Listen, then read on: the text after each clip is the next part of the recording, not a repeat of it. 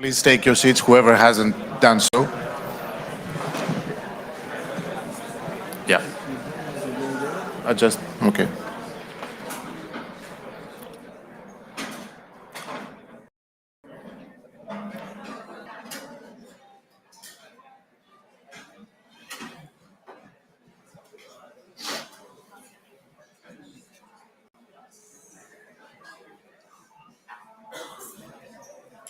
I think we're ready to start. Good morning, ladies and gentlemen. Bom dia. Before saying anything further, I would like to kindly invite you to use the little machines for translation. Channel 1 is English, Channel 2 is French, and Channel 3 is Portuguese, so that everybody can understand what everybody says from now on. Having said that, it is an immense pleasure to welcome you all here in this magnificent location, in this beautiful city in Porto.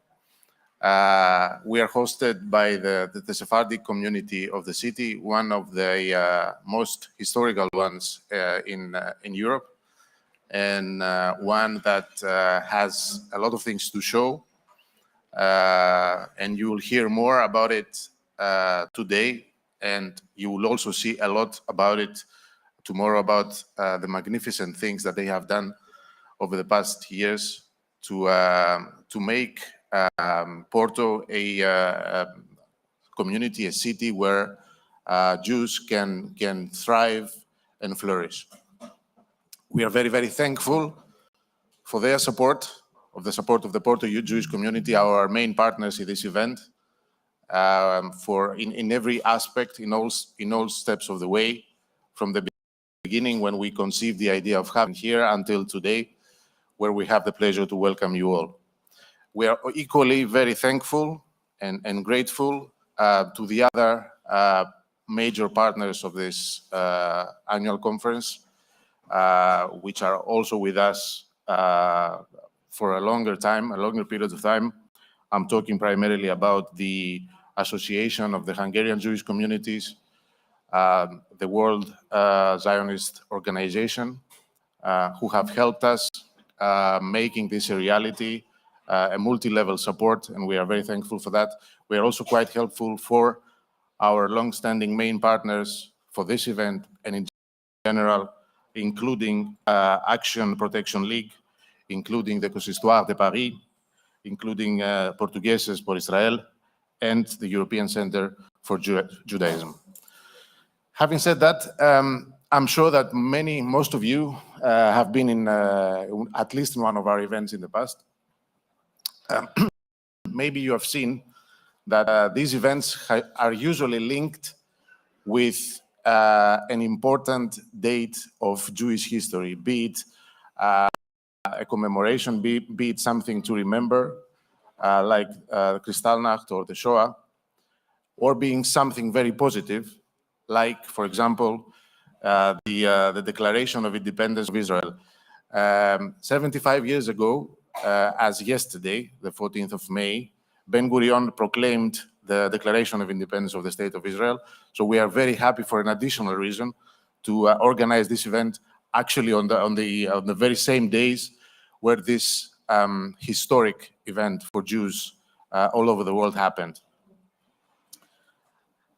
Very briefly, I don't want to take a lot of your time to give you an overview of what you're going to see in the past few days, in the next couple of days.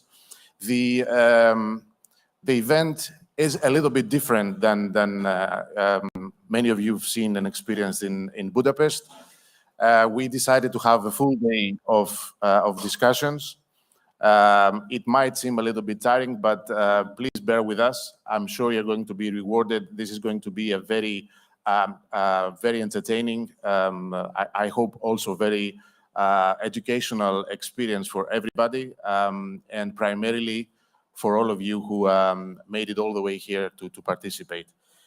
We are also going, as I said, to show you tomorrow Jewish side of Porto, since we came in this magnificent place.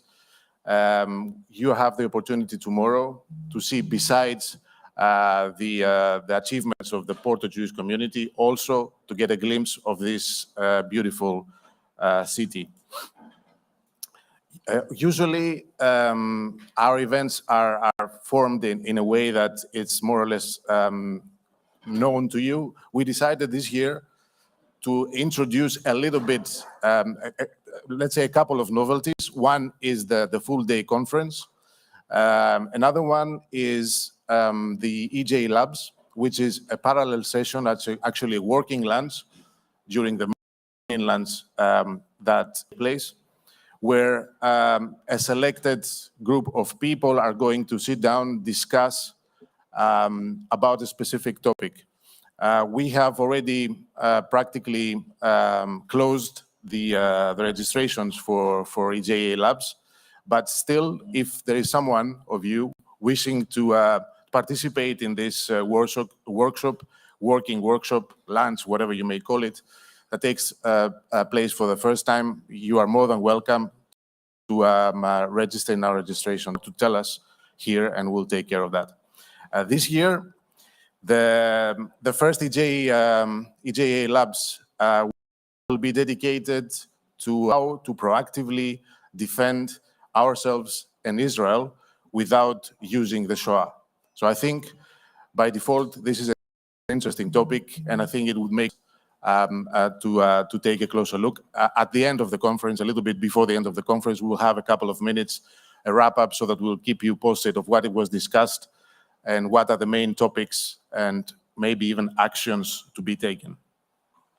Last but not least, since I know that most of us are quite active on social networks, I would kindly ask you to report about the progress of the annual conference, to use the social media, and please do not forget to use the hashtag EJA Porto 23 every time you tweet it, so that we get an even larger visibility. Having said that, I am quite honored to invite to the floor our chairman, Rabbi Menachem Margolin, who is going to say a few opening remarks. Thank you very much.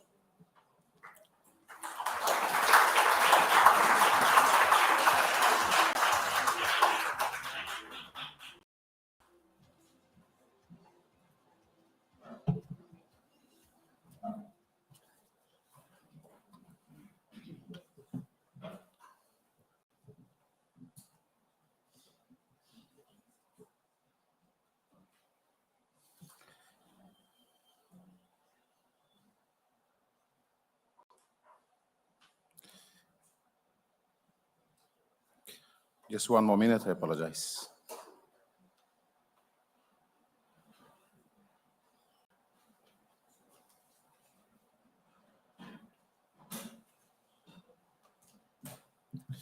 So, good morning, everyone.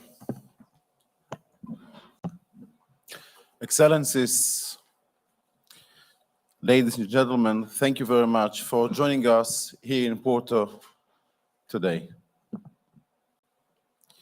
Let me welcome you all and start off with a little story. A Jew walks into a cafe and orders 3 drinks. The owner serves him and watches as the man drinks a little from each drink until all 3 drinks are empty. The owner was surprised and he asked, "Why do you drink them like that?" And the Jew replies, he says, "I have 2 brothers. One is in Portugal, the other one is in Hungary. But we decided that we should still have a l'chaim once a week together. So right now, as we speak, I'm drinking here, and my 2 brothers are doing the exact same thing." The cafe owner, thinking it is a wonderful idea, prepares the 3 drinks for this Jew every single week. Then one day, the Jew walks into the cafe and picks up only 2 of the drinks. walks slowly to his table and starts drinking. The cafe owner approaches his table and says, "I guess I should be sorry for your loss if you drink only 2 today." And the Jew replied, "Do not worry, my brothers are fine.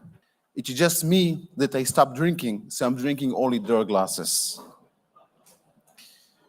You see, my friends, this is indeed a funny story, but there is a serious point behind it. Like those brothers, we are all in different countries. And indeed, our lives may be different, but all of us, we are united. The truth is that we are one. We are united by a common bond. We are Jews.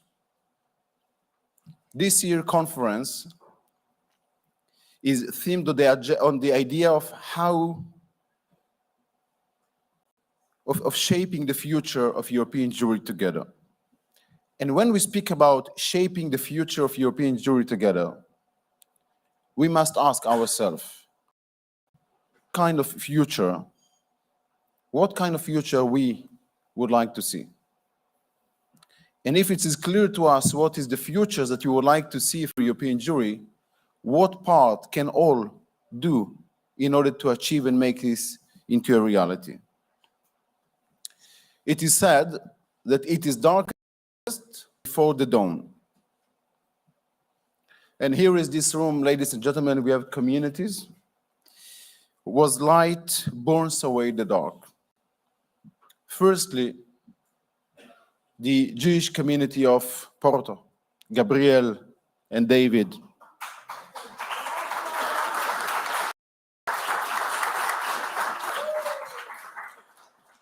You have done an incredible and inspiring job here in Porto.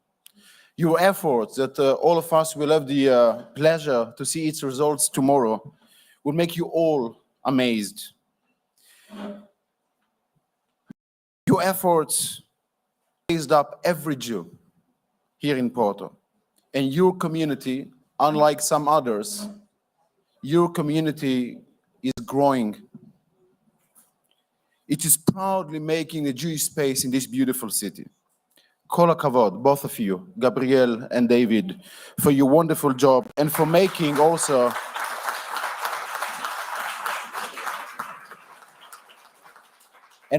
this conference a reality. Thank you very much. We have with us also an organization that not all of you know, ESKZ from Poland. We have with us Arthur, Edward, and the board, that their commitment to safeguard the Polish Jewish community had found allies and friends at the top of the Polish government. We have with us the Federation of Synagogues and NGA from Britain, who are offering a fresh and engaging alternative in Britain, giving communities a focus and voice. We have with us the Forum of Jewish Communities and Organizations from Antwerp, and Regina in particular, whose light never fades and continue to inspire school children and students across the country with her amazing story, with her resilience, strength, being kind to each other. I could go on and on. But the truth is that everyone who are sitting here in this room is doing a fantastic and inspiring job in your countries. But you must remember, none of us is. We are connected. We are all one. What affects one community somewhere in Europe is as important as to other communities. Ladies and gentlemen, right now as we meet, leaders of European Union and leaders of European governments also discussing, and they're moving forward with their plans to combating anti-Semitism and plan future for European Jewry. We will hear later today about the French and about the Spanish plans. We'll hear also from the European Commission Vice President for EU strategy for combating anti-Semitism and fostering Jewish life. But friends, I have to ask you a direct question. How many of you that you represent important Jewish communities.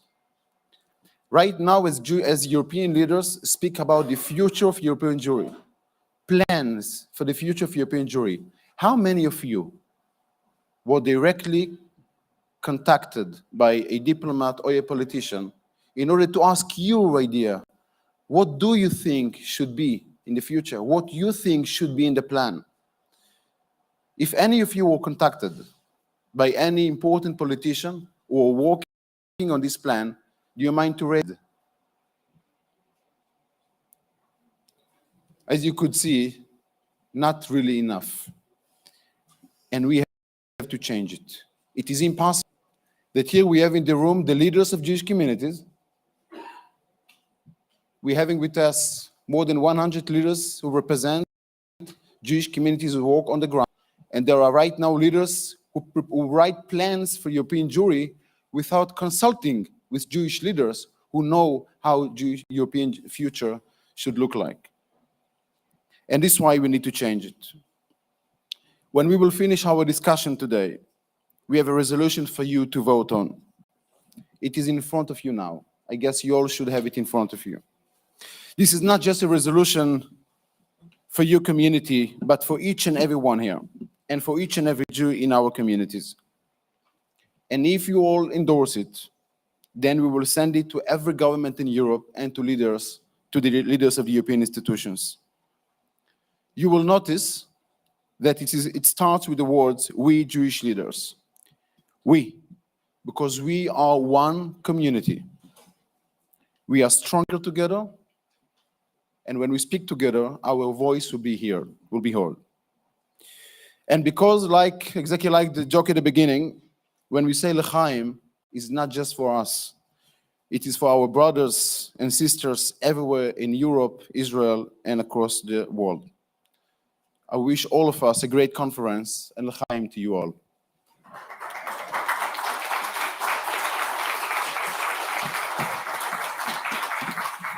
Thank you very much.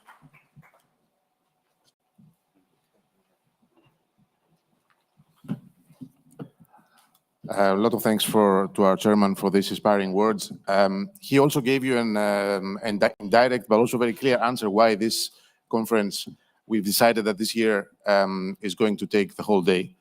It's actually also what makes it unique in terms of other events and the other activities that EJA and its affiliated organizations organize. It's practically organized because of you and for you. So it's a unique opportunity for the European Jewish community leaders to step up, discuss, debate, and request things from the respective national governments and subsequently the European Union institutions. So, I mean, it's clear that there is no better place as far as EJA is concerned than doing this here, because after all, EJA exists because of you. Without further ado, I would like to invite give the floor to Mr. Gabriel Senderovic, the president of the Porto Jewish community, for his opening remarks. Gabriel.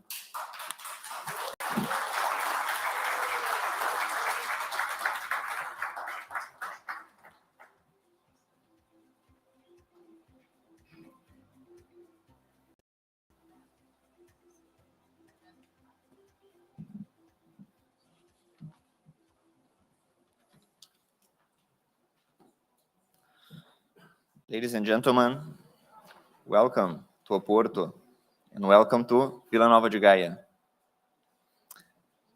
The timing for this event could not be better. 2023 is the year of the centenary of the Jewish community of Oporto. We started off this year by publishing a book about the community's history. The community would like to give each of you a copy of the book, and I hope you are able to make room for it in your luggage. It's a little bit heavy, for it is bilingual, but it's worth the read. In 2021, the European Commission released a program with strategies to combat anti-Semitism and foster Jewish life in Europe by 2030. However, many European governments confuse Jewish life with Jewish heritage. They think of Judaism as ancient houses that have been rehabilitated and some municipal museums that open on Shabbat. I'm honored to be the president of a community composed of traditional Jews, religious or non-religious, but respectful of Jewish culture. A community that has 3 synagogues, kosher restaurants and hotel, films of history, and also a Jewish museum and a museum, both closed on Shabbat. A few weeks ago, we also inaugurated our cemetery, the first here in over 500 years, after the last one was destroyed. Thank you.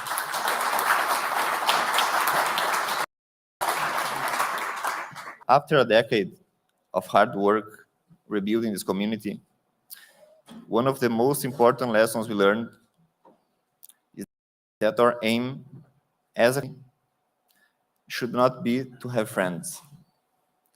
We must aim to have freedom. Freedom to be who we are. I hope you enjoy your stay in this beautiful land. Thank you very much.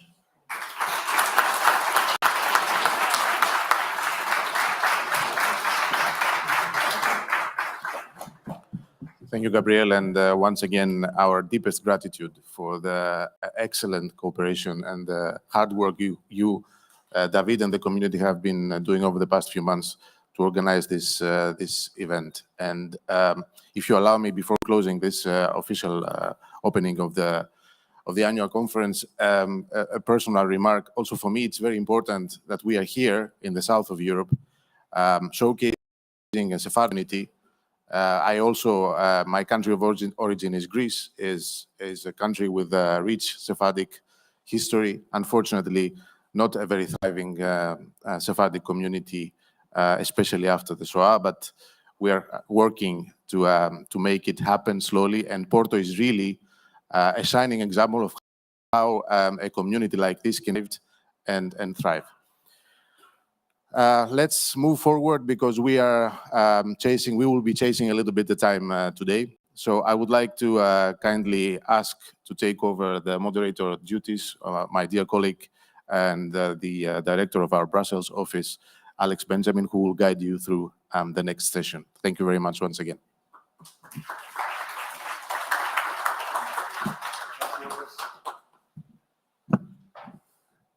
Good morning, Excellencies, ladies and gentlemen. As Yorgos just mentioned, my name is Alex Benjamin. I'm the director here of the Brussels office at the European Jewish Association. Before we get things started in earnest, just so you know, as both Yorgos and Rabbi Margolin mentioned, we really want to hear from you. This conference, this is not a conference where you're going to be lectured to and sort of interminable speeches. We would very much like to hear from you. And in that regard, we have placed just in the middle, hopefully you can see it, a microphone stand. If there's anything, I'm going to be moderating a lot of the sessions today. If there's anything that comes to mind or anything you want to talk about or raise a question related to anything on the panels, or even just to raise a point that we may have missed, because obviously we don't have all of the answers. Please come and make your remarks at the mic stand just there. Additionally, in front of you for the next session, some of it is going to be in French. In front of you, each of you has a headphone, and you'll be able to choose the relevant channel. And with that, have a wonderful conference. We're going to start with some opening remarks by the European Commission Vice President on Promoting European Life, Mr. Margaritas Skinas. Ladies and gentlemen, dear friends, I'm really pleased to have this opportunity to address the annual conference of the European Jewish Association. As we intensify our work for the implementation of our first ever EU strategy on combating anti-Semitism and fostering Jewish life, we rely greatly on the input and the cooperation of the major Jewish civil society organizations like yours. Indeed, your contribution to making Jewish life visible in Brussels and beyond Brussels is really significant. Putting an end to anti-Semitism in all its forms and keeping the memory of the Shoah alive is a mission we all share and that we are determined to pursue tirelessly, relentlessly together. It is a shame that in today's Europe, Jewish institutions like yours still need to invest heavily in security measures. Security is indeed a key concern for the Jewish communities. And we know it's a fact that 38% have at some point considered leaving Europe precisely because they do not feel safe. This is not acceptable, and this has to change. The European Commission has been clear towards the member states that it is a responsibility of each national government to protect its citizens. In fact, security is a prerequisite for Jewish life, and the communities and civil organizations should not be left alone to shoulder these costs. And as part of the meaningful commitments made through our strategy, the Commission is supporting actively projects related to the protection of places of worship. The heart of our strategy is to see Jewish life prosper across Europe and to ensure that Jews have a future for themselves and their children in our continent. It is encouraging that we are now seeing and positive developments in many countries, such as Portugal, Spain, but also Hungary, with some Jewish communities again growing in numbers. But for this trend to continue, we must ensure that Jews can live their lives in line with their cultural and religious traditions. Freedom of religion should also consider the freedom to practice religion. Aware of the difficult discussions and decisions in certain of our EU member states, we at the Commission facilitated last year discussions on freedom of religion, especially with regard to slaughter. We brought together public authorities, Jewish and Muslim community leaders from across Europe to discuss, debate, exchange good practices. We do know that workable solutions are possible under the current EU legislative framework. As part of fostering Jewish life, we are also stepping up our support for Jewish culture and heritage. This is why we decided to support the European Days of Jewish Culture last September in Porto with almost €500,000, and it was a major, fruitful event with 5,000 people participating. And this year, thanks to our support, this initiative will have an even larger reach. We are also actively backing the next generation of Jewish advocacy leaders. This is also important. And as of this year, the European Union of Jewish Students is a framework partner organization to the European Commission, and is allowed to re-grant EU financing to its affiliates all over the EU.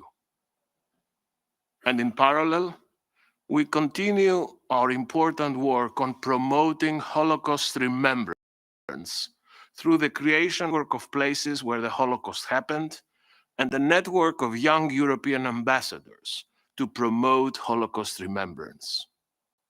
We count on the Jewish communities and organizations to embrace these new initiatives and help them gain traction across our continent. Anti-Semitism is on the rise and has morphed. We have seen since the start of the military invasion of Russia in Ukraine a rise in Holocaust distortion and trivialization, as well as old anti-Semitic conspiracy theories resurging.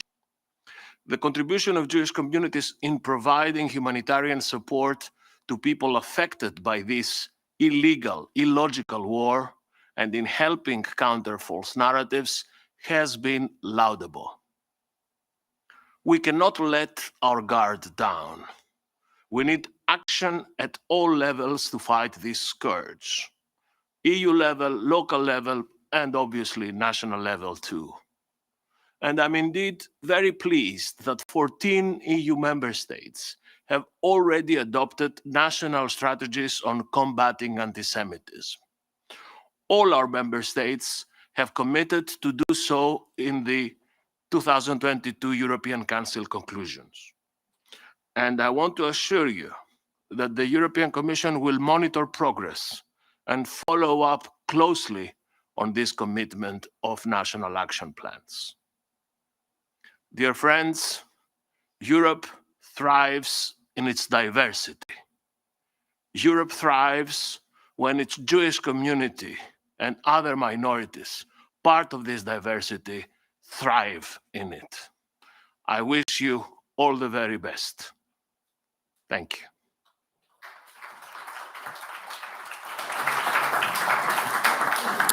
So, ladies and gentlemen, I beg your pardon.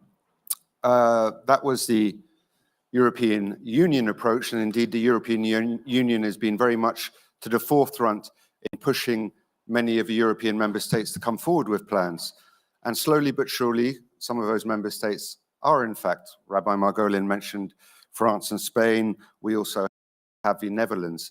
But start with France, and I'm delighted to welcome Mrs.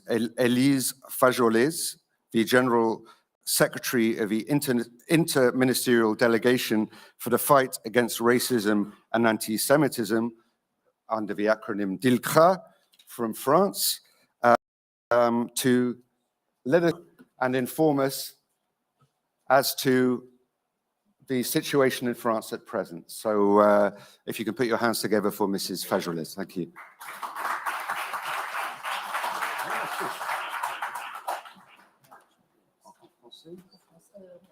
And that's going to be in French, so I hope everyone has their headphones ready. Merci. Bonjour à tous.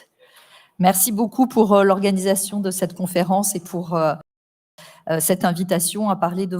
Je suis donc secrétaire générale d'un service qui est placé sous l'autorité de la Première ministre, donc au plus haut niveau de l'État, et qui consacre son équipe, 11 personnes qui travaillent pour l'État, son budget, on a un budget d'environ 8 millions d'euros, à lutter au quotidien contre le racisme, l'antisémitisme et la haine anti-LGBT.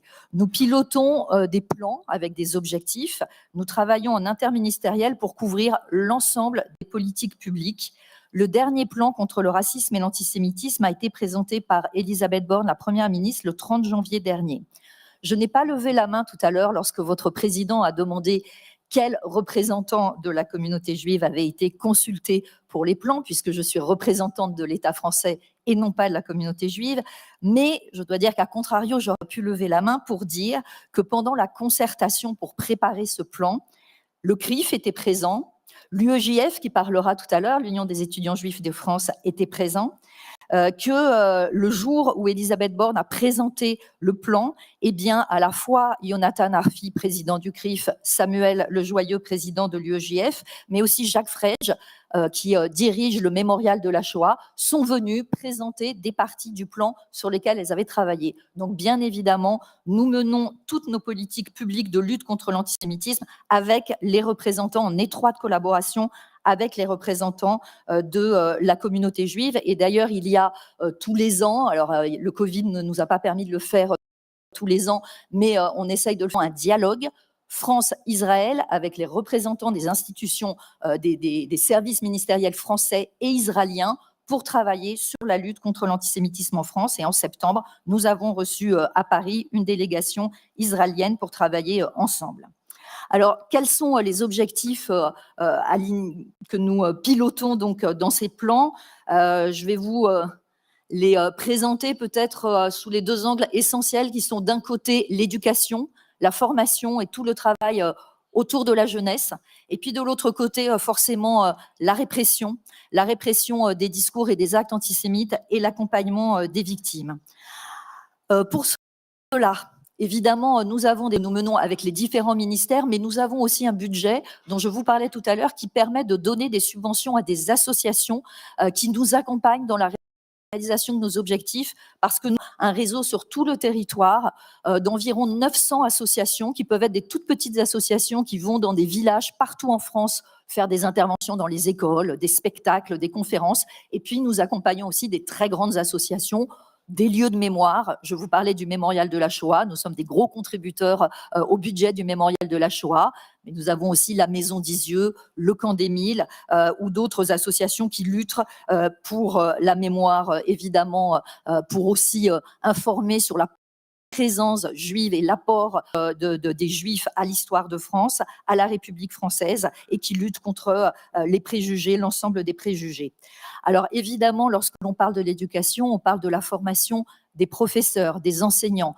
Nous travaillons avec le ministère de l'Éducation nationale pour que les enseignants soient armés à la fois pour former des citoyens qui ne soient pas antisémites, c'est-à-dire pour déconstruire les préjugés, et on sait comme les préjugés sont encore très forts, et donc pour lutter contre les préjugés, on va dire, ancestraux, qui nous viennent du Moyen-Âge, et le plus connu est celui que les Juifs posséderaient tout, auraient trop d'argent, et on sait comme ce préjugé a armé le gang des barbares qui ont enlevé, torturé et tué Ilan Halimi il y a maintenant 16 ans de cela. Donc en effet, il faut dès le plus jeune âge que les professeurs soient armés pour apprendre aux jeunes à déconstruire les préjugés.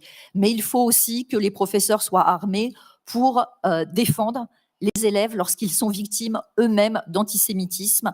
Et l'on sait qu'en France, dans certaines écoles, dans certains quartiers, les enfants juifs ne se sont pas suffisamment sentis en sécurité dans les écoles de la République. Et donc, nous travaillons avec des équipes qui sont spécialement formées pour aller dans les écoles où il y a ce type d'agression, de menaces, de violence à l'encontre des élèves juifs pour créer évidemment un climat scolaire qui permette à chacun de trouver sa place et à ce que les élèves juifs se retrouvent dans les écoles de la République à leur place en toute sécurité.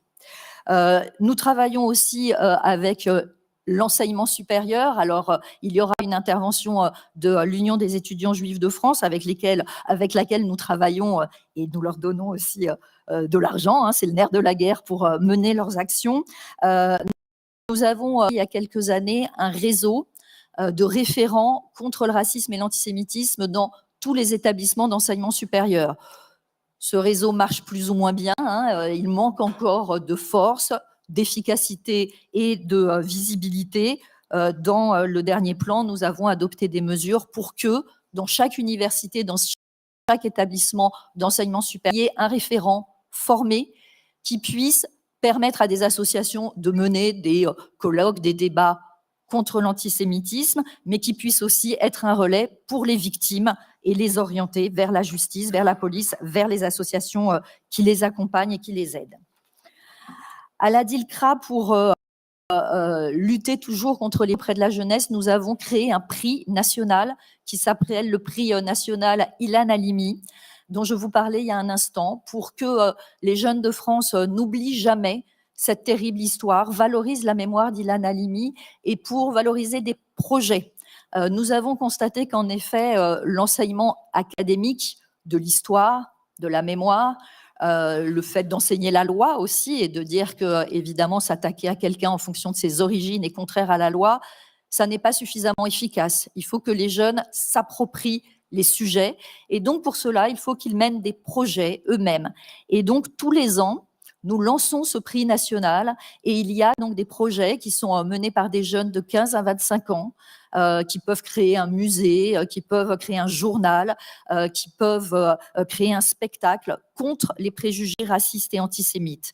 Par exemple, cette année, nous avons valorisé des jeunes qui, dans une petite ville du centre de la France, ont été à la rencontre des habitants pour parler de l'histoire d'Ilan Halimi et ont demandé au maire de leur ville qu'un square de la ville porte désormais le nom d'Ilan Halimi. Je peux vous dire que dans cette ville, peu de gens avaient entendu parler de cette histoire.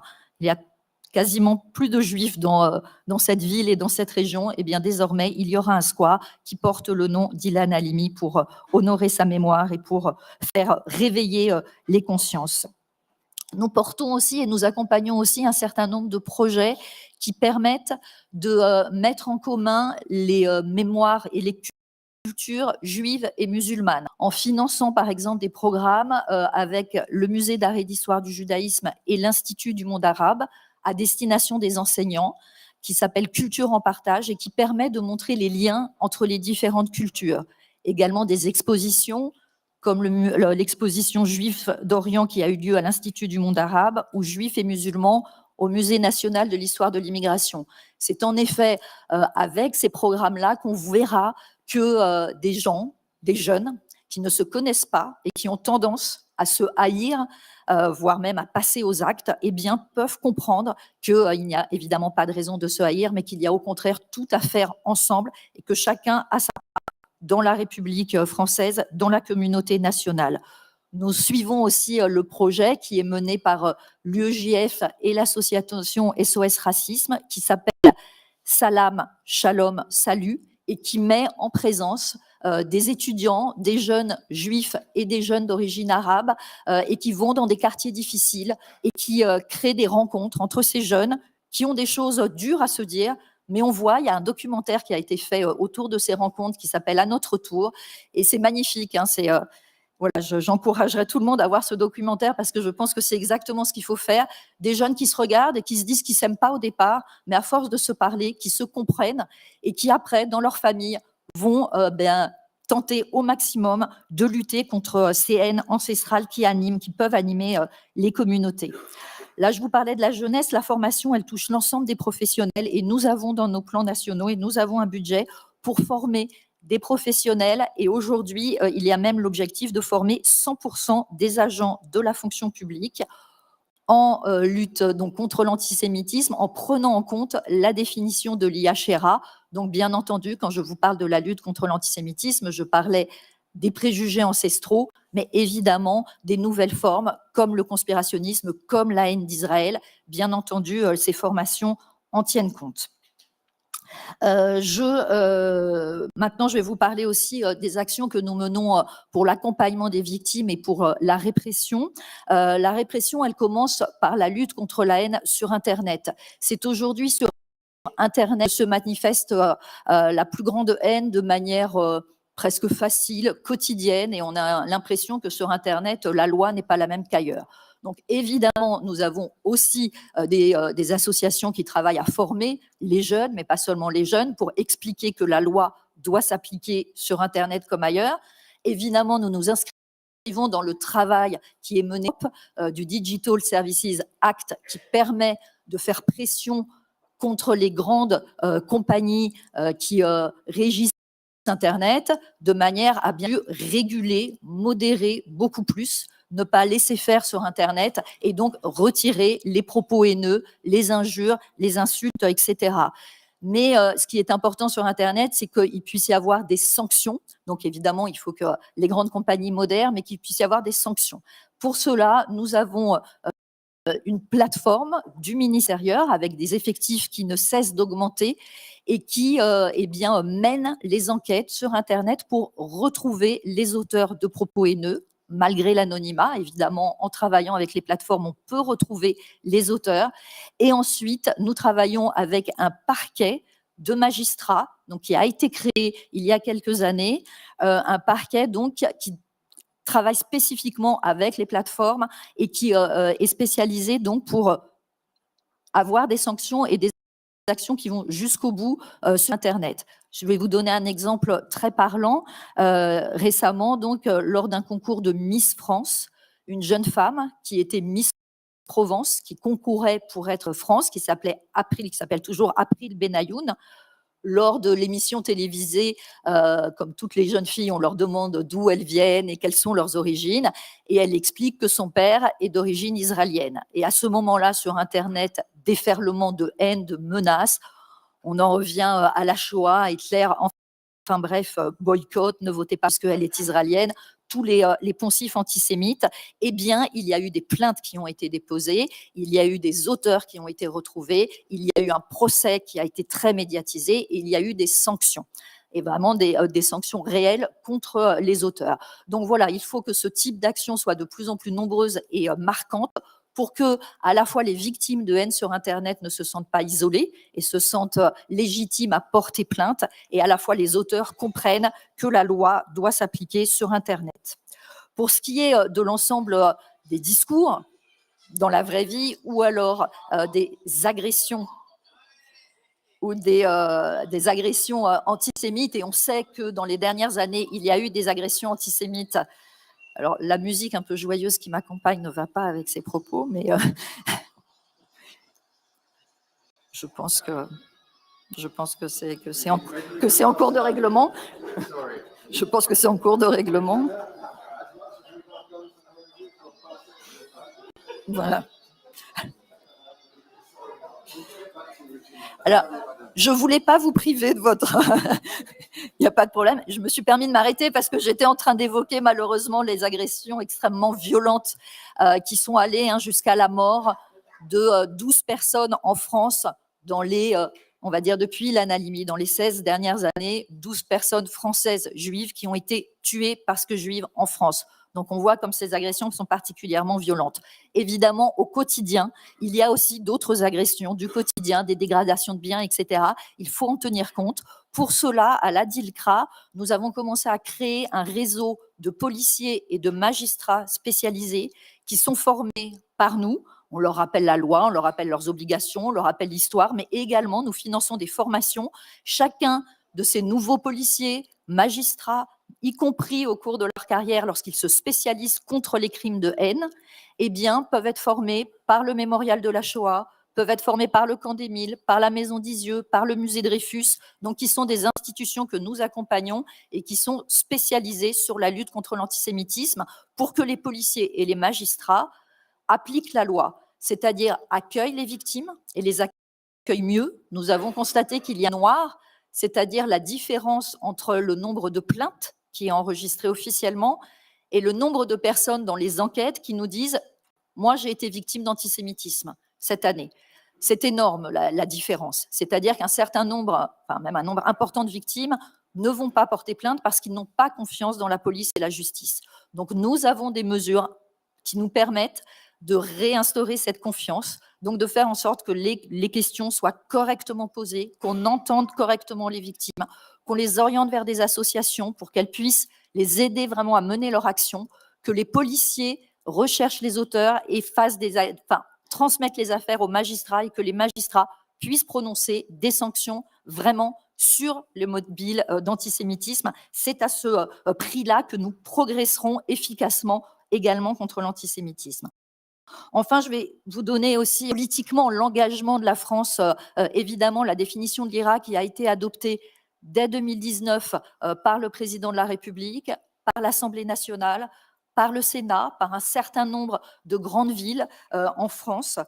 Également le fait que certains groupuscules, qu'ils soient néo-nazis ou qu'ils soient islamistes et qui prônent de l'antisémitisme au quotidien, qui mènent même des actions contre l'antisémitisme, ces groupuscules ont été dissous par le ministère de l'Intérieur, par le gouvernement depuis 2019.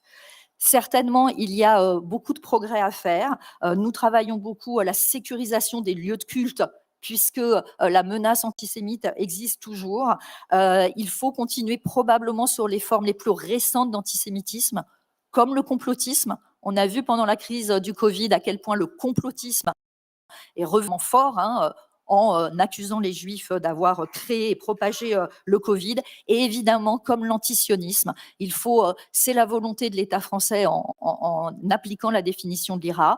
Ça n'est pas, et on le sait, porté politiquement par l'ensemble des forces en France, mais il faut toujours montrer l'amitié qui lie la France à elle et montrer à quel point l'antisionisme est une forme réinventée de l'antisémitisme et donc le combattre à ce titre. Je vous remercie.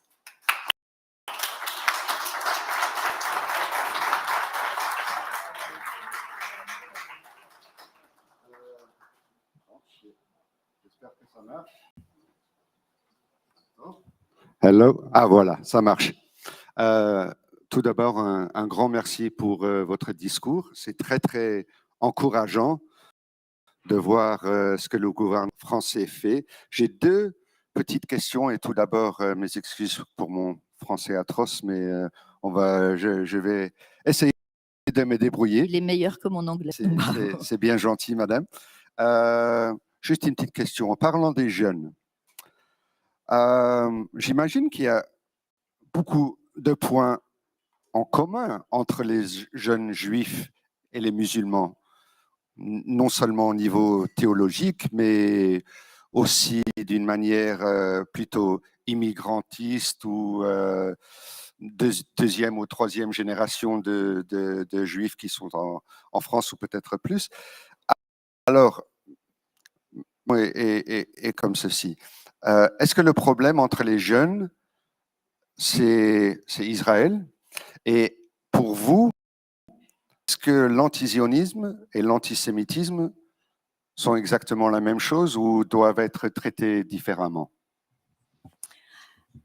Alors, je vais commencer par là. C'est propos, l'antisionisme est, oui, une forme d'antisémitisme. Donc, lorsque l'on lutte contre l'antisémitisme, on doit lutter contre l'ensemble des formes de l'antisémitisme.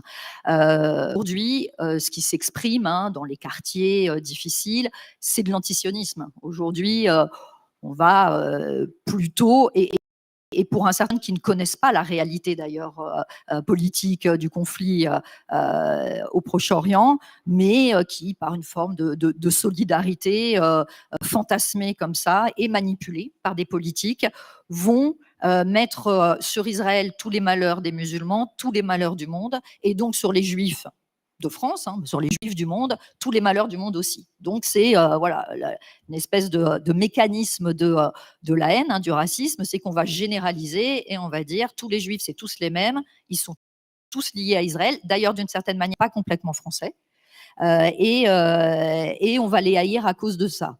Bon, je vous parlais tout à l'heure d'Ilan Halimi, ce qui a animé le gang des barbares dans l'enlèvement et la demande de rançon d'Ilan Halimi et les mauvais traitements qu'il a reçus, ça n'était pas de l'antisionisme. C'était parce qu'il se disait les Juifs, ils ont de l'argent et on va les faire payer. Donc il faut continuer à lutter contre l'ensemble des manifestations de l'antisémitisme.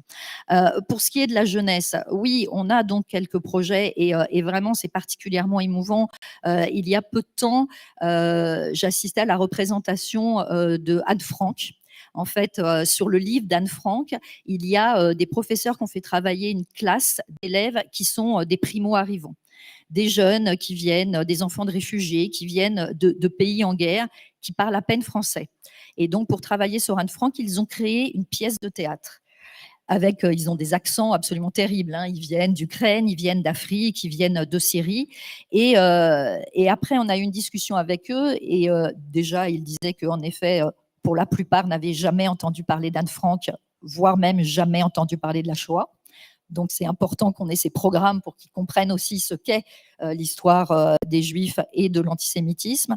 Mais aussi, oui, ça avait une grande résonance avec eux, avec les souffrances, avec le déracinement, avec, comme vous le disiez, le fait de quitter un pays et d'être pourchassé. Quant à la culture, aux deux cultures, oui, il y a peu de temps, j'ai assisté à la visite du musée d'art et d'histoire du judaïsme par une classe qui venaient d'une banlieue où je ne sais pas s'ils étaient tous musulmans, les jeunes, ils avaient 15 ans, mais tous ceux qui ont pris la parole étaient musulmans pratiquants. Et pendant 1 heure de visite, il disait mais oh mais ça c'est comme chez nous. Alors c'était les objets, c'était les robes, c'était voilà les bijoux, mais c'était aussi il voyait les liens évidemment avec la pratique religieuse.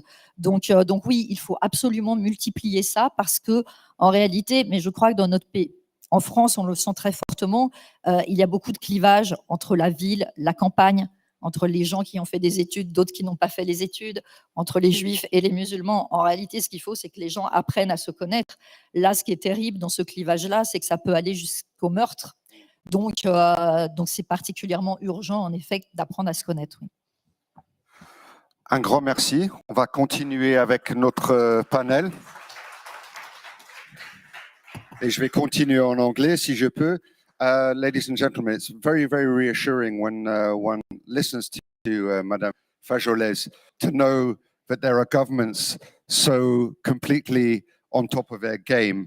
And it's rare that I've heard genuinely somebody with such a breadth of knowledge and experience on the subject. We're going to move on. We're going to go on a bit of a deeper dive now. So I'm going to ask Monsieur Alex Bouchanger, the president of the Consistoire Committee for the Fight Against Anti-Semitism in France, to join me, please, on the stage. Monsieur Bouchanger, s'il vous plaît. And I'm also going to ask our dear friend, Chief Rabbi Binyamin Jacobs, as well, to join me on the stage, along with the Portuguese coordinator, implement the European strategy to combat anti-Semitism and foster Jewish life, Mr. Pedro Bachelar de Vasconcelos. Monsieur Bouchanger, on va faire un petit dialogue, si ça vous dérange. Et voilà. Yes, please, sir. Voilà, un micro. Et, vous avez un casque? Ça va, vous ça va, parlez en anglais, je me débrouille, oui, tout à fait. Ça va. Sorry, please. Voilà. Thank you very much for joining us. Okay. So, ladies and gentlemen, thank you for your patience there. So, I'll try in my halting French to ask Monsieur Bouchanger first. Monsieur Bouchanger, vous avez entendu le discours de Madame Fajolès. Une petite question, plusieurs en effet.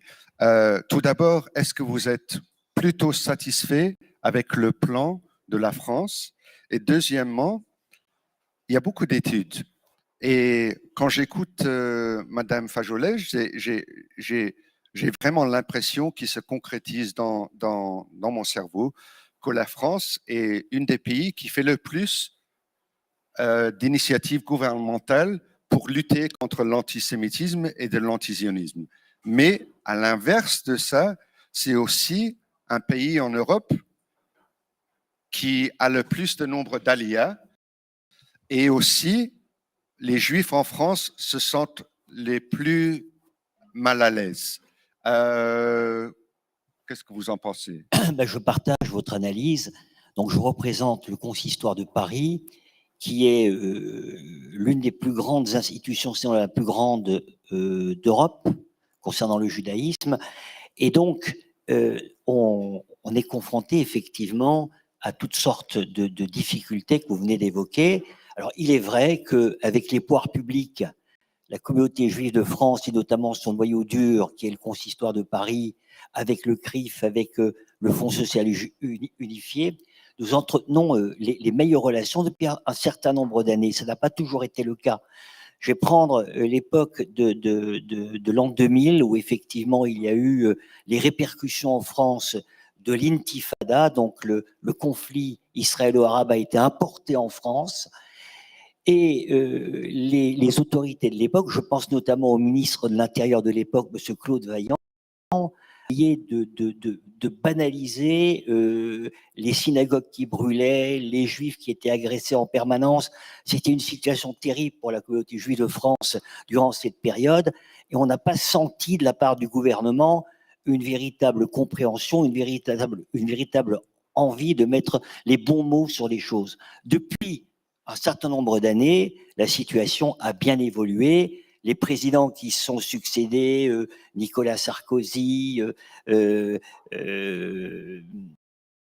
son successeur, Monsieur François Hollande et Monsieur Macron, ont fait énormément pour lutter contre l'antisémitisme. Et c'est en 2012 que la DILCRA a été mise en place. Nous avons eu l'occasion de travailler avec l'un des premiers délégués, M. Clavreul, et beaucoup avec M. Frédéric Potier. Et je dois dire que de ce côté-là, vraiment, il n'y a pas de problème. Le gouvernement est tout à fait irréprochable. Et comme vous le dites très, très justement, la France connaît énormément l'antisémitisme. Malheureusement, aussi bien à l'extrême droite qu'à l'extrême gauche, que la jeunesse africo-musulmane, malheureusement, pose un problème. Et comme ça a été dit par madame, bon nombre d'écoles françaises, d'écoles publiques, ne peuvent plus recevoir d'élèves juifs parce qu'ils sont véritablement en danger dans ces établissements. Alors l'avantage de cet inconvénient, c'est que les écoles juives se sont multipliées. Il y a énormément d'écoles juives qui se créent régulièrement. Et c'est le côté positif, si vous voulez, de cet antisémitisme absolument déferlant. Ok, merci. Et si vous permettez, juste un tout petit supplément. On va toucher sur l'antisionisme.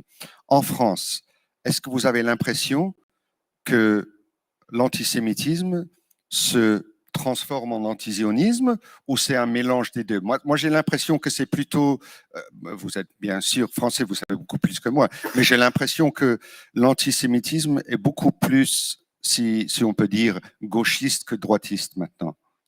Actuellement, oui, effectivement.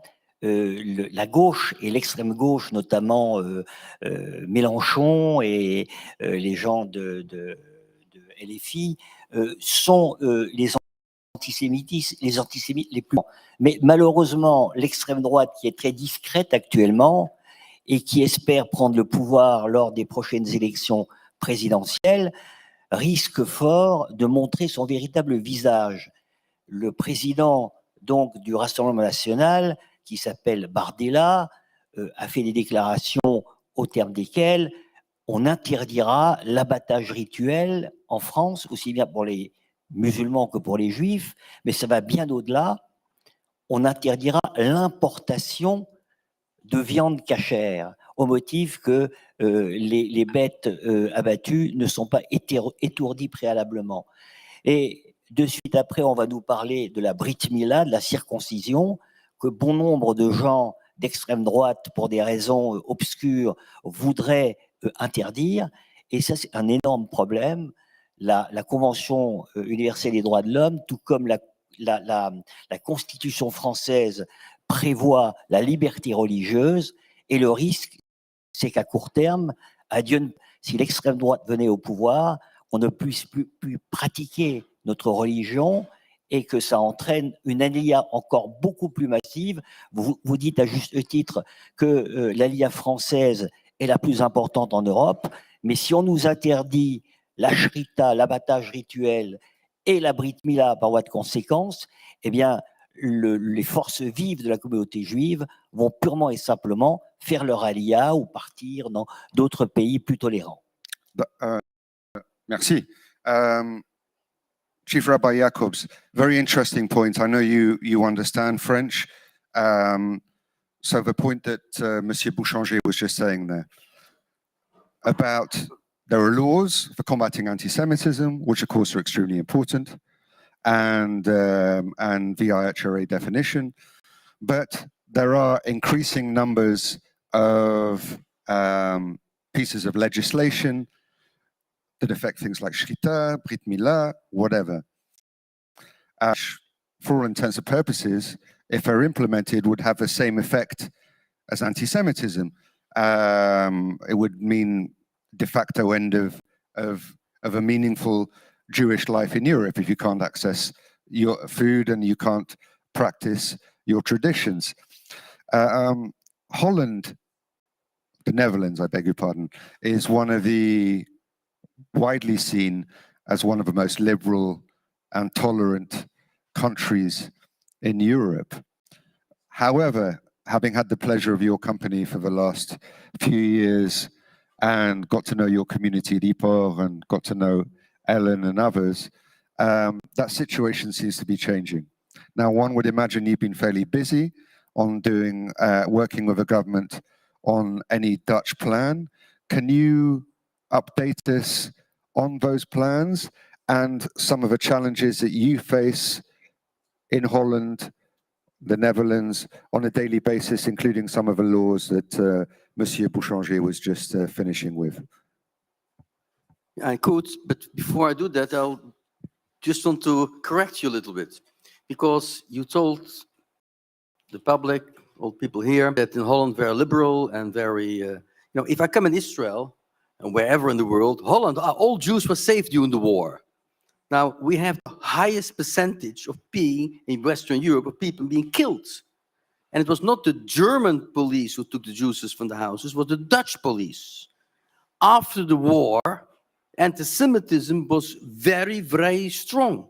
The Jews who came back were not welcome at all, did not get any support. On the contrary, the queen in those times, there's the great-grandmother of the king today, she did not want to make any discrimination between Jews and non-Jews, meaning that the people who had no problem in the war at all and had a proper life, had money, everything, and the Jews who came back without anything, without family, without any possessions from the concentration camp, they should not be any difference in how they were treated.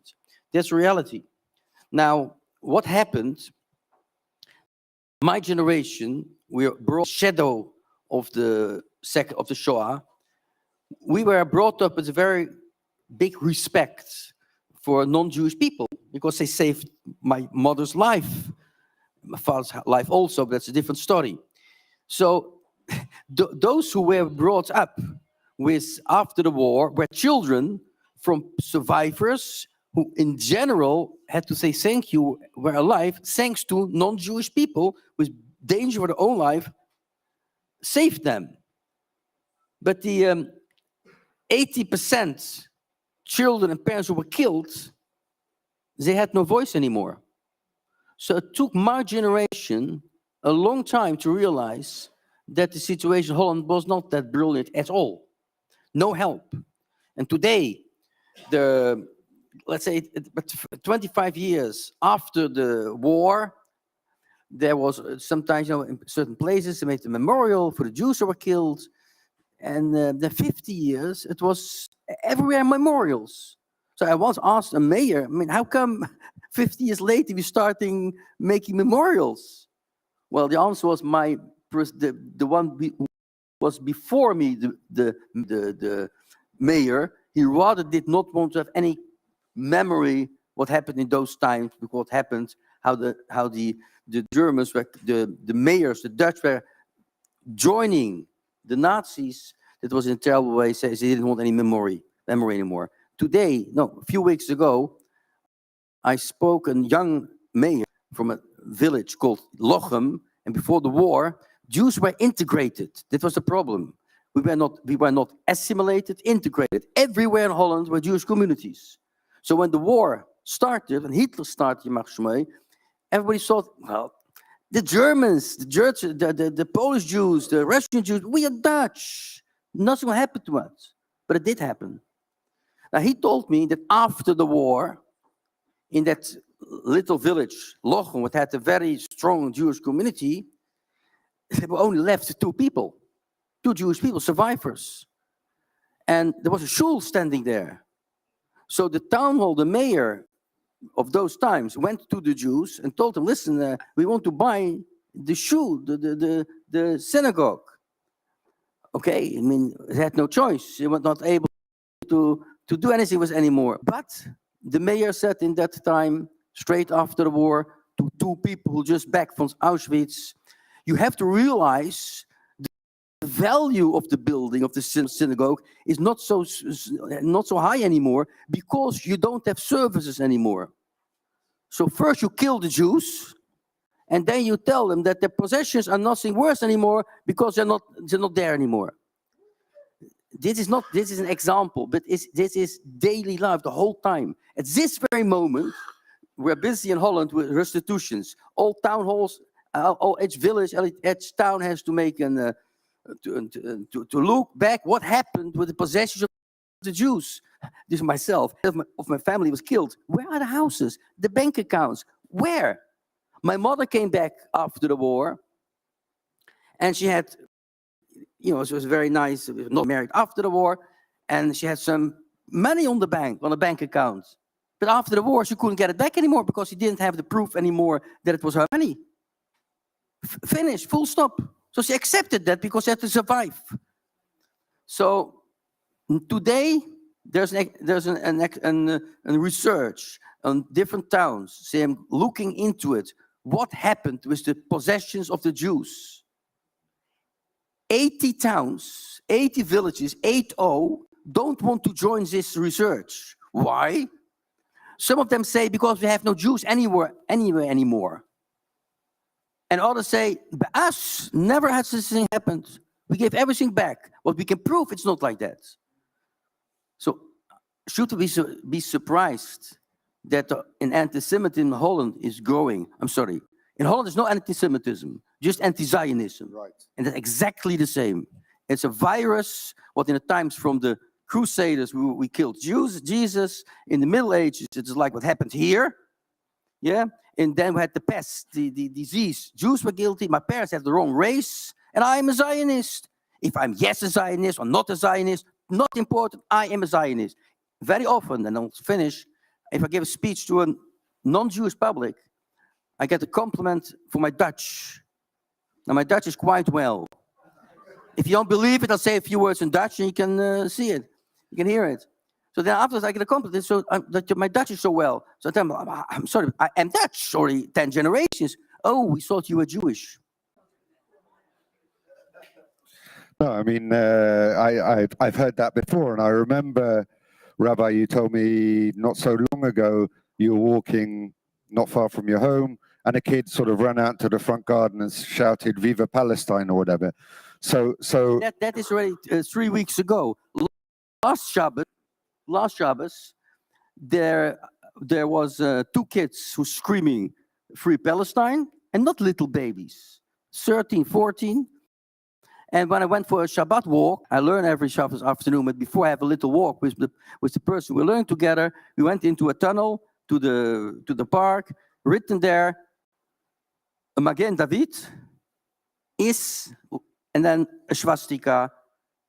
In other words, Israel is like the Nazis. And we have that last 2 weeks already on 5 places in the town where I'm living. So, one last question before I move on. Not the last one. I'm sure we'll talk again in a second. But from what you were saying in your opening remarks about the Netherlands, it seems to me that I mean, I know a sort of the early makings of a plan for combating anti-Semitism in the Netherlands. But from what you're saying, Chief Rabbi, the question is, the Netherlands doesn't seem to have come to terms with its own past.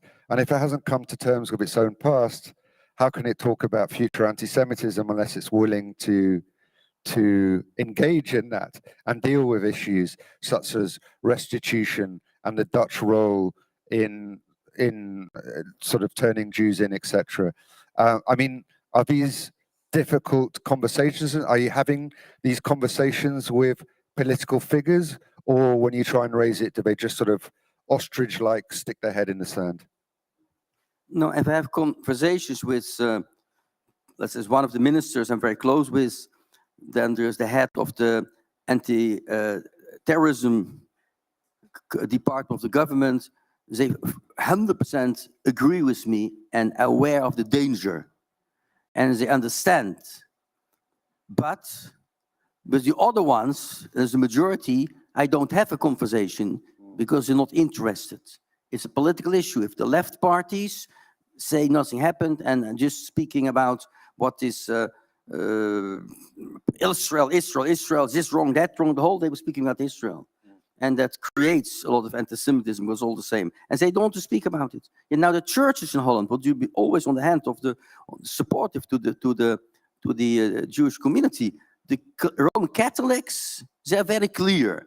By example, now, 75 years Israel, they wrote a nice letter to the leadership of the Dutch Jewry. Yeah, I've got it, of course, and very clear that they support Israel. Now, the PKN, that is the Protestants, they also wrote a nice letter, but rather would better if he would not have written anything. He wrote in such a way that they wish Mazel Tov, but, and then putting all the other restrictions, would have made it into a terrible letter. And if they do understand or don't understand, I don't know, but they are not less and less and less and less supportive. Okay, and just a very, very brief one. So Operation Shield and Arrow. When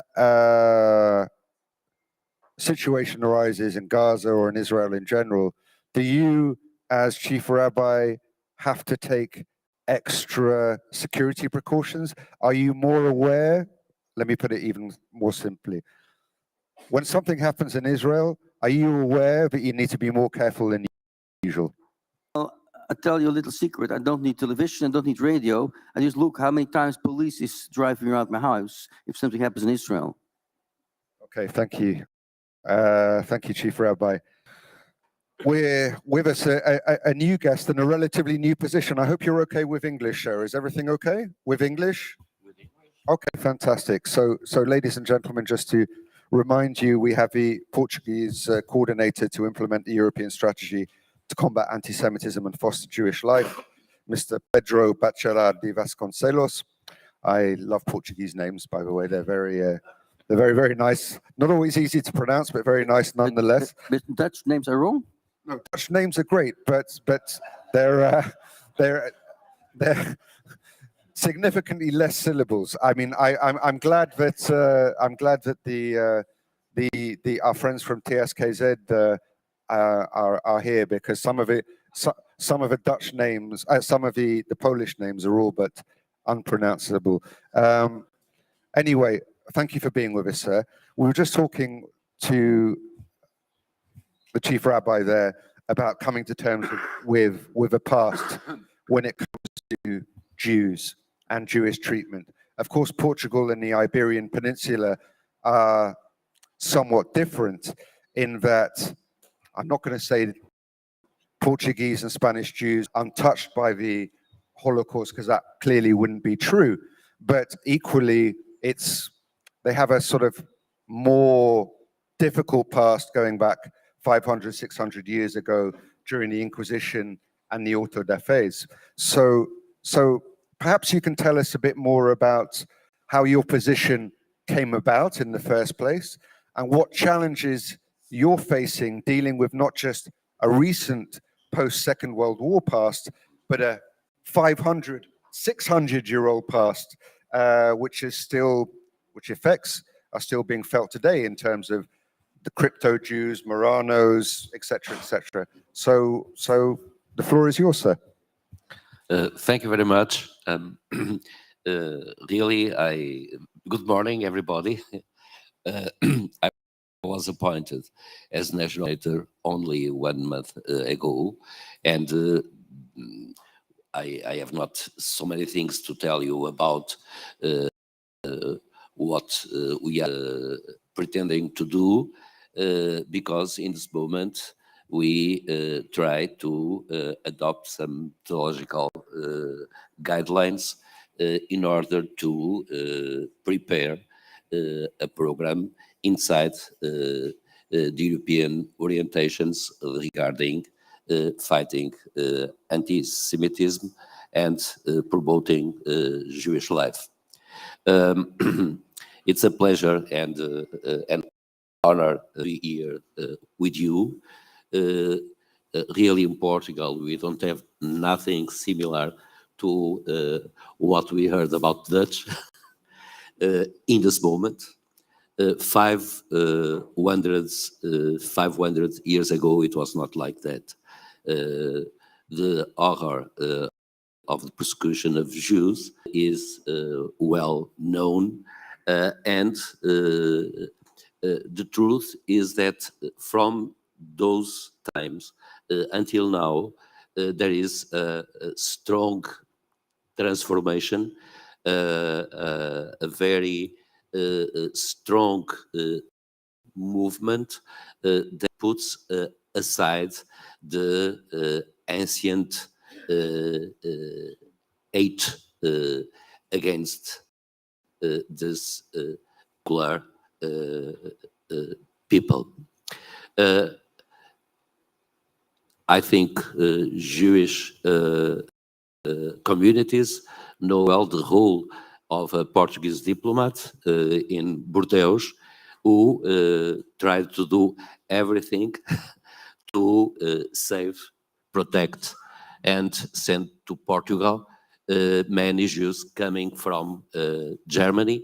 And they arrived in Portugal, and to the extent of my knowledge, not myself, I only was born 1951, but the memories of my parents, of older friends, are very positive. There was no any kind of rejection. They were very welcomed, and they don't constitute today those who, as refugees, came to Portugal or during the Second World War, and all the others. So we have not a real problem today with this special form of hate. I would like to stress this. Anti-Semitism is not only a particular form of hate speech, and it deals not only with speech.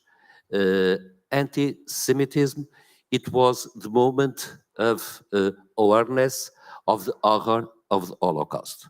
And in this sense, with this meaning, anti-Semitism, it was the beginning of programs all around the world and mainly in Europe to combat any form of racism. So even if anti-Semitism is not a serious problem in Portugal in this moment, we are sure that it can come again anytime, and we must be prepared to fight it. Of course, this is a program in the field of anti-discrimination. Of course, also, we know that any kind of hate has special conditions, different problems, and we have to take into account this diversity to fight these misconceptions in an effective way. So thank you very much. I count on the Jewish communities to prepare our national program. It's a pleasure to be with you.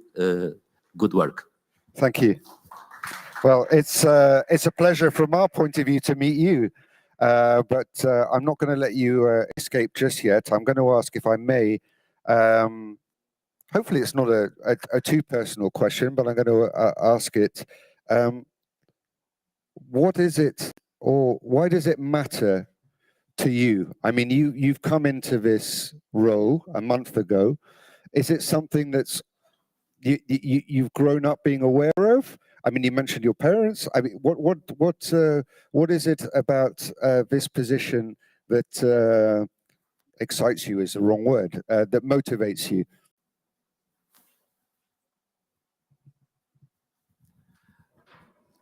Well, I think I was clear.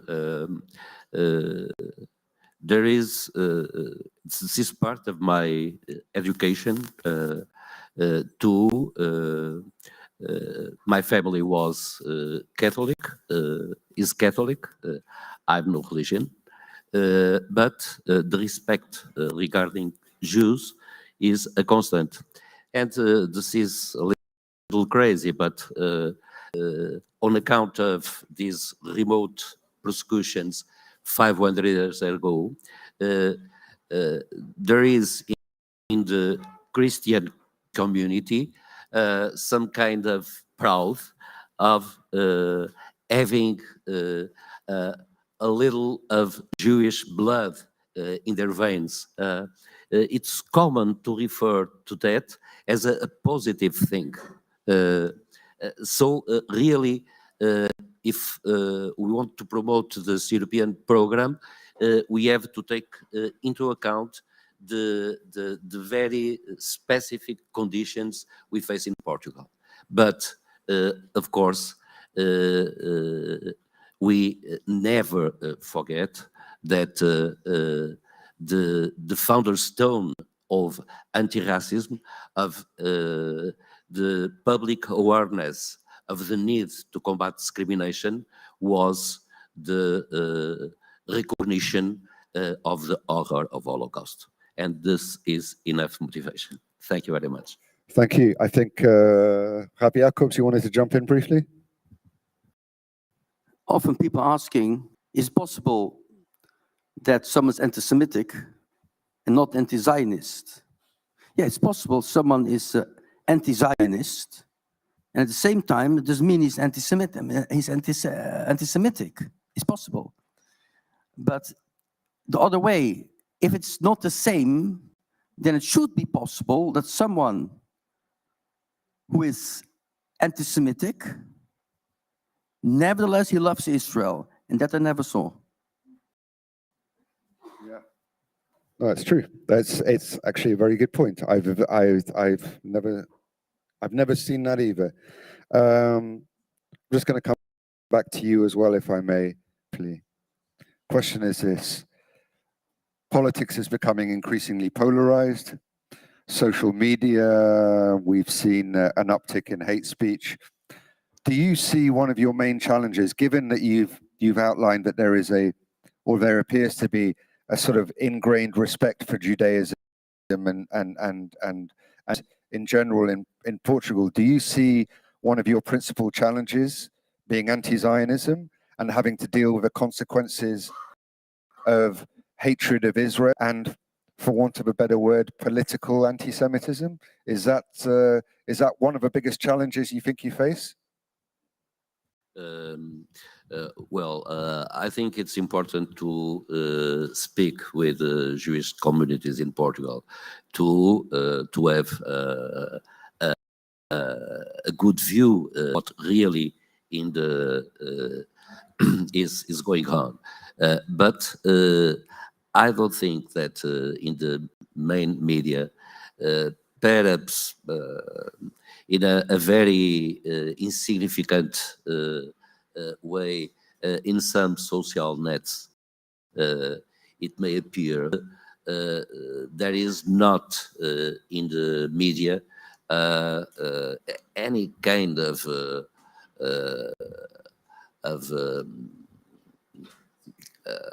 how to put it, of doubt, of hate against Jewish. Of course, the problem of Palestine stands, and it is a question that, of course, must not interfere with our program. Okay, thank you. I believe there's a lady who wishes to ask a question. Perhaps you'd be kind enough, once you do get to the mic stand just at the front, if you wouldn't mind identifying yourself. And by the way, kol hakavod for being the first person to stand up and ask a question. Yes, good morning. Yes, I have a question for Mr. Vasconcelos. When you say you try to do something in terms of anti-Semitism, what you have in concrete written down, like we heard from France, different projects. So how so far is in terms of your projects, in terms liaison with the Jewish community of Portugal, or the major society. Thank you.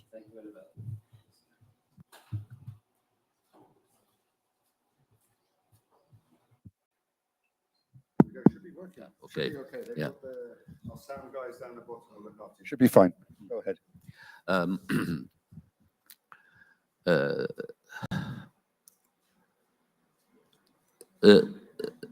I think the once we can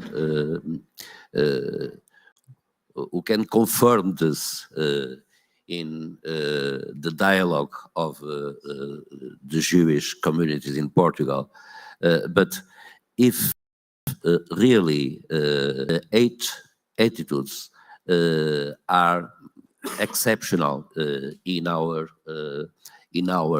common day life. The main thing is to combat the misconceptions with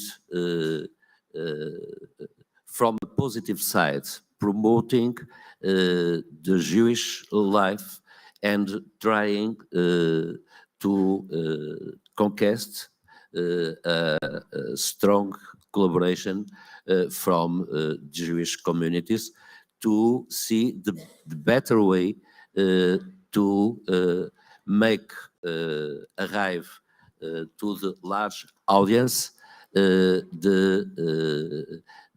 particularity, the wealth of the diversity that Jewish customs, Jewish culture can bring to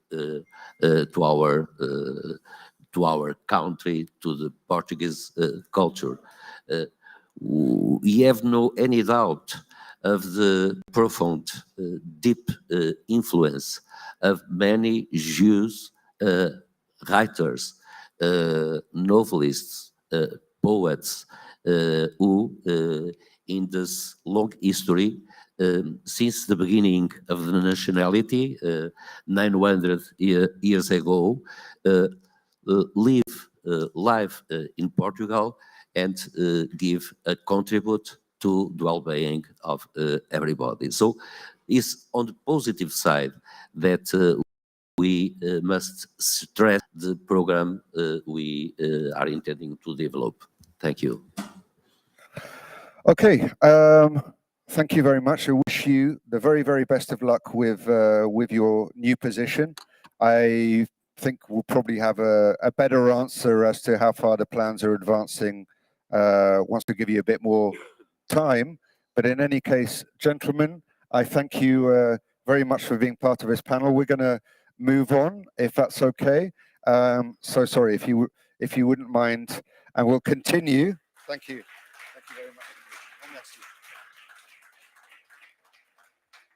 I waited an extra minute or two because a dear friend of mine has just got off the plane, and we're going to continue the discussion. I'm going to ask our next panelist to join us, Mr. Edward O'Donnell, who's the chairman of a review board at TSKZ in Poland, Mrs. Ellen van Praag from IPOR in the Netherlands, and finally, Mr. Stephen Winston from the National Jewish Assembly in the United Kingdom. Thank you for joining me.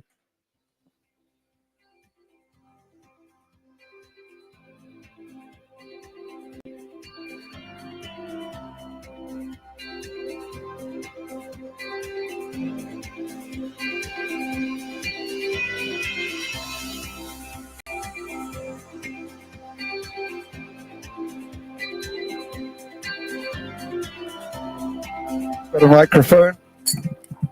I think it's okay. You'll be fine, Edward. So Edward, just to bring you up to speed, because I know you've literally just got off a plane. I just landed. So we were talking about the national plans. Some of the governments have been bringing forward national plans for combating anti-Semitism, and I was wondering. I mean, first of all, we had the pleasure of working with TSKZ a couple of months ago. you would have missed the opening remarks by Rabbi Margolin, but Rabbi Margolin was saying the fantastic work that you guys do with the very highest levels of a Polish government, ensuring that the Jewish voice is heard. So is there a likelihood we will see a Polish plan for combating anti-Semitism? And what are the sort of challenges that you're facing right now in TSKZ? Just to go back a couple of years ago, we worked very closely together when the Shrita legislation came up. Yeah, and it was abolished. They decided not to go with it. So Right. So and that was, that was. they understood that it was the wrong decision, and they backed out of it. So Edward, can you I know I'm putting you on the spot here. Can you talk about what your experiences is of Poland and whether a plan is likely to come forward? Poland is a very specific country. This is that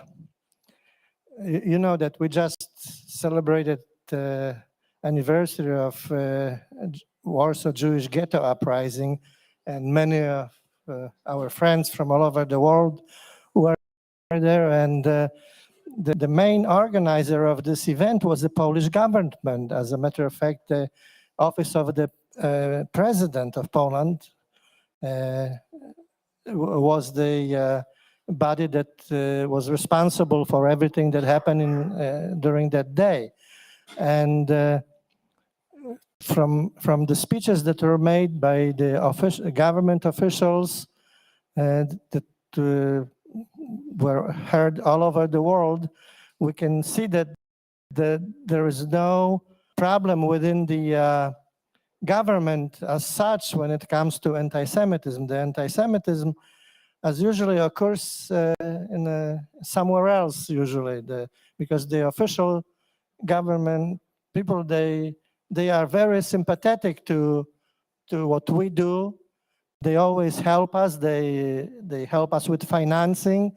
Yet Poland gets a bad press because of when the study is done about anti-Semitism, the Poland gets the bad press, and this has something to do with that one of the criteria that Poland is judged by is how much Polish government spends on keeping Jews safe in Poland. But if any of you came to Poland, you know that we have a open Jewish club in the very center of the city, and the synagogue is nearby, and there is never a policeman that is guarding us. Anti-Semitism is present, but we never felt threatened by anyone in Poland, and therefore the government expenditure when it comes to safety of the Jewish community in Poland is very minimal. And just they judge Poland, Polish government, and Polish anti-Semitism, how much money the government is spending on protecting. And Polish government doesn't spend basically any money because it's not needed. But what do they do to combat anti-Semitism? Since officially, when we are in Poland, we don't deal with anti-Semitism on everyday basis. Obviously, there are some people that are anti-Semites like everywhere else. Since we don't deal it on everyday basis, nobody comes and does any harm to us as Jews. The Jewish community feels safe. Therefore, the Polish government does not have a program that I'm aware of to combat anti-Semitism. They don't feel it's needed. So Edward, can I just jump in briefly? I mean, I understand that Jews feel safe, but equally, there's an impression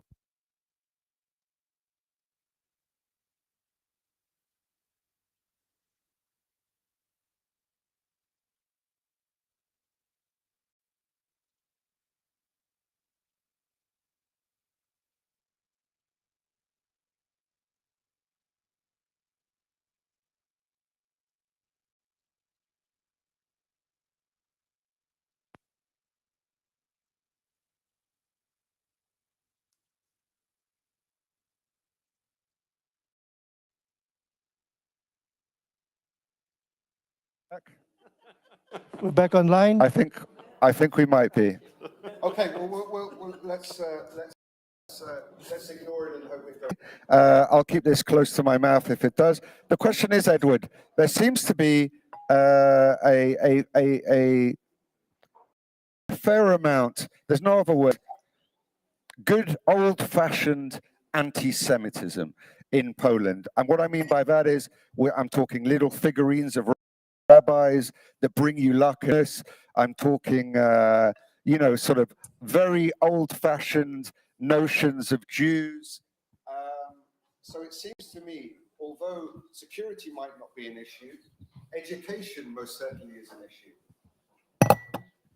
Of course, you're right, because anti-Semitism exists in Poland. I never said it doesn't, except it's not as threatening. Physically, it does not threaten us as the Jews in Poland as maybe in some other countries. Maybe it has something to do that we don't have basically any Muslim population. The Polish Muslims are basically non-existent when it comes to other cities in Europe, in Paris, in Brussels. There are large Muslim communities that you may feel physically when you walk the street. In Poland, we don't have that, but we do have anti-Semites, and it's very easy to see it, especially in the internet, because in the internet, when Hello. when a Jewish issue comes out, there's always a couple dozens of very anti-Semitic, I don't know what you can call it, because Hello. all right. We're back. So there's always a couple dozen of very anti-Semitic writings that we can see, but they don't go beyond being just written. They don't turn into any physical altercations at all. And if they, I imagine, since we are in let's forget it. Since we're working with many high officials, ministers, prime ministers, and president, and if such an issue came up, and if we pursue it, I'm pretty sure they would go along with us to combat anti-Semitism as such. It comes to our attention now that sometimes the government officials don't like things that we say what happened during the World War II. That they have this narrative that all glorify Polish people when it comes to helping and saving Jews during the World War II. We know the truth is that there were Poles who are in relatively large numbers that earned the title of righteous among the nations. We count them over 7,000 officially. Most likely there were more than that, because there were many undocumented cases that the Jews were saved by Poles. But then again, there were also people who were helping the Third Reich, the Germany, to find Jews, because the Jews, the Germans didn't recognize the Jews when they saw them on the street. The Poles do. Not anymore, but they did it during the World War II. The Poles always recognized a Jew when they saw him or her on the street. And the Polish narrative of the government is, if we try to find out the historical truth about what happened during the World War II, that there were not only the good Poles who saved the Jews, but there were also in large numbers, relatively large numbers, Poles who denounced Jews who were hiding from the Germans. The Polish government gets a little upset about it, because their narrative is that the Poles were very heroic in helping the Holocaust. They know that we have to take into account that we are on the verge of elections that are going to be in the fall this year. And we know that the political narrative changes when the elections are coming up. So right now we haven't decided because of the narrative that is trying to find only good polls is because of the elections, or is it something else? We still have to work on it and ourselves to find out how to deal with that and what to do about it. Right now, most of the Jewish communities in Poland are very upset about what happened in India recently when one of the historians mentioned the TV program that were quite a few Poles that were denouncing Jews during the war. So they're very upset about it, and there was a discussion, but I think the discussion was short-lived, and we don't know what will come out of it. So this is a situation that is developing. How it's going to go, we're going to find out after the election, because before the elections, we know that the dynamics of what the politicians say is different than what it is when it's post-election time. Thank you, Edward. Ellen, we heard earlier on from Jakob. He talked about the history and some of the challenges from the Dutch perspective of sort of coming to terms with the past. I'm going to do that. Sorry, just so everyone knows, we'll finish this panel and we'll stop for a coffee break, and then we'll give our technical team a chance to get all of this sorted out. We'll come back shortly after that. But Ellen, sorry, I was saying. The situation is that when it comes to the Netherlands, you have just said from Edward, a sort of old-fashioned concept.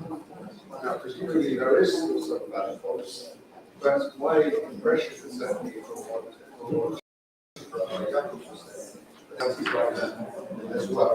So my question to you is, Ellen, what do you think is missing from a Dutch government perspective? What is the elephant in the room? What is the issue that I'm not willing to address in order to properly tackle this kind of worrying trend in Holland?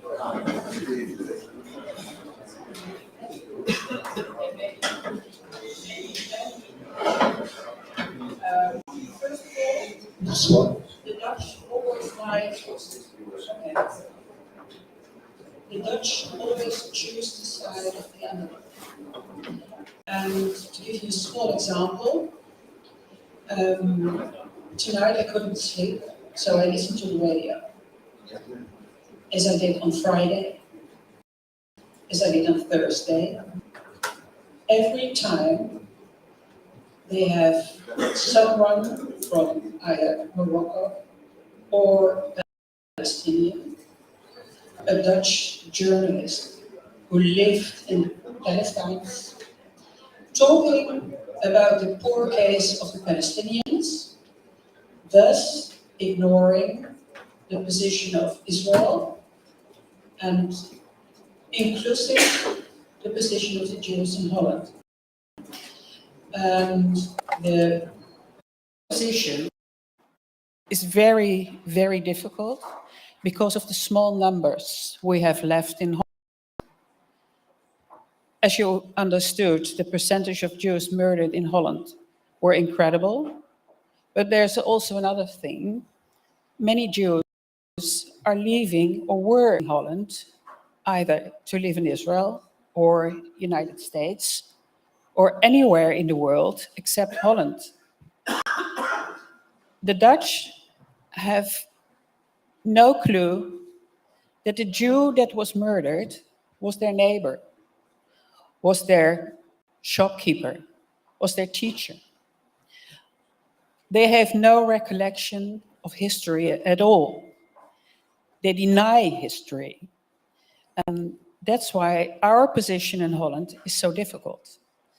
On top of that, we have quite a few parties in our parliament that are opposed to Israel, openly, very clearly, also anti-Semitic.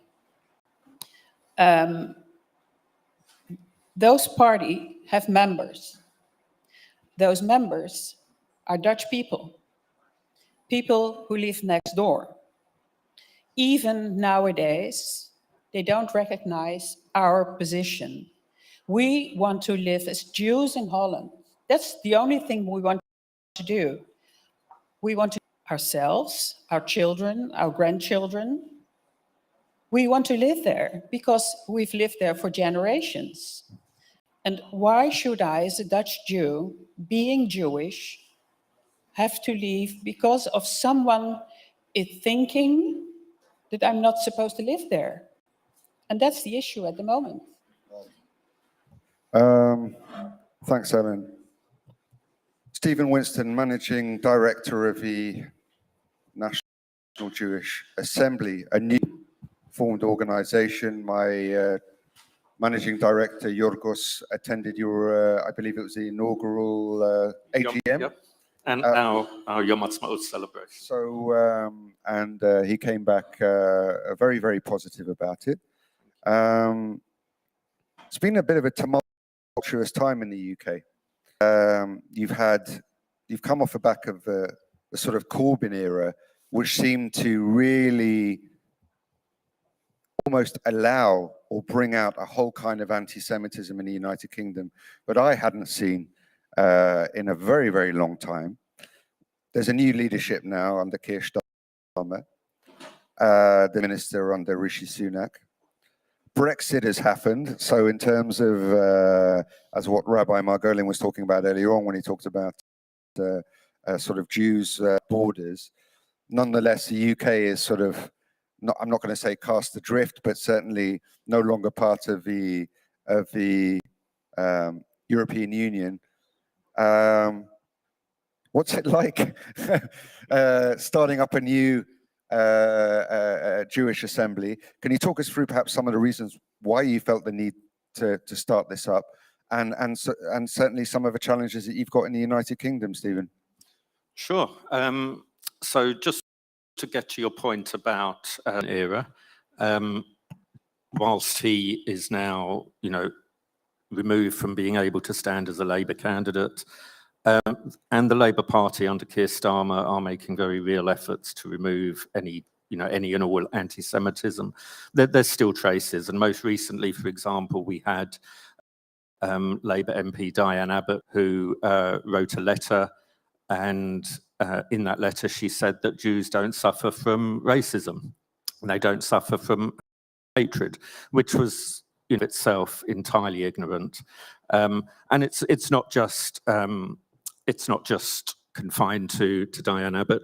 There are still Corbynistas within the Labour Party. Time will tell, but it is definitely there are signs of improvement.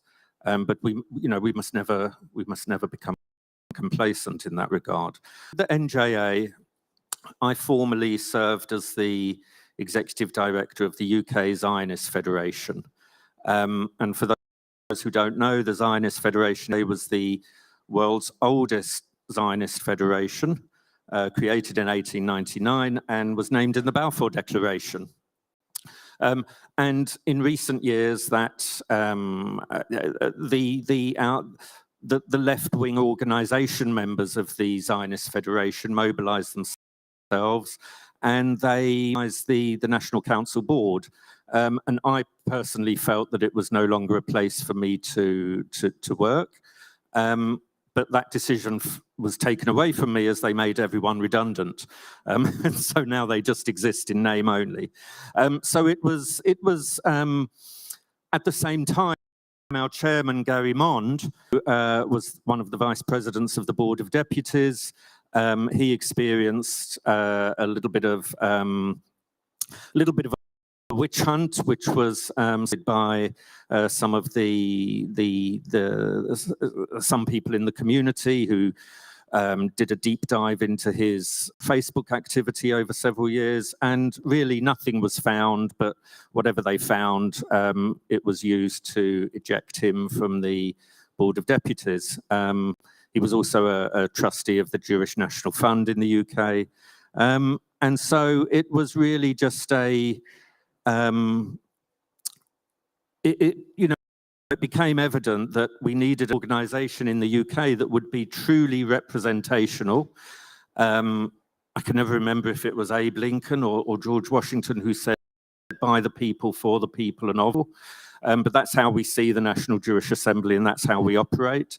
And we take a more realistic stance. We don't put our head below the parapet. We're not shy to stand up and call things out for what they are. I've heard several other far more distinguished here today than myself saying how anti-Semitism and anti-Zionism are one and the same thing, and we fully agree with that. In the UK, just recently, for example, there was a drive-by of a car outside a Jewish school in London, where the car was blaring out a Hezbollah battle song, which talks about spilling the blood of Jews, and it was outside a Jewish school. And this comes a couple of years after the 2021 convoy that went through North London, a very predominantly Jewish area, where they were crying out to rape the Jewish mothers and do things to the daughters. So those things still happen. Clearly, they're still happening. We do have a very friendly government, and the NJA is developing some very fruitful connections with members of parliament and other key figures, from in the cabinet and in the government. We are intending to hold a lobby day, and that will be later this year. And we are still, we're still sort of thinking amongst ourselves as to what best topic we will lobby the government on. The UK has widely accepted the IRA definition on working definition on anti-Semitism. We've got a lot of local councils across the UK who have also adopted the IRA definition, which is fantastic. We have a small number of universities who have accepted it, so there's still a lot more work to do there. But yet, still, the current government, very encouragingly, just the other day, the MP in charge spoke out how they are looking to bring forward some legislation that was discussed about targeting BDS and prohibiting local councils and other public bodies from adopting resolutions in favor of BDS. And the aim behind that is that you don't have local councils at odds with national policy. But rather worryingly, our own Union of Jewish Students in the UK voted to condemn the government's proposed action. So they said that it removes freedom of speech, it's a threat to democracy. But it must be borne in mind that unfortunately with a lot of these organizations, they're not as representative as one would think. And even in the UJS, their conference had a very heavy attendance from the more liberal and left-leaning students. So really, the NJA was created to bring back a level of sort of true democratic representation, where members simply have to be Jewish. They have to agree with our three basic tenets, which are combating anti-Semitism, supporting Israel, and promoting Jewish life in the UK. So yeah, that's us. I'm going to have to fill out that membership form then. Please do. Okay. Stephen, thank you so much. Ladies and gentlemen, that's going to conclude this panel. Let's have a well-earned caffeine fix, and we'll see you back here in about 10, 12 or if I'm feeling very generous, 14 minutes. Thank you so much. Thanks for your attention.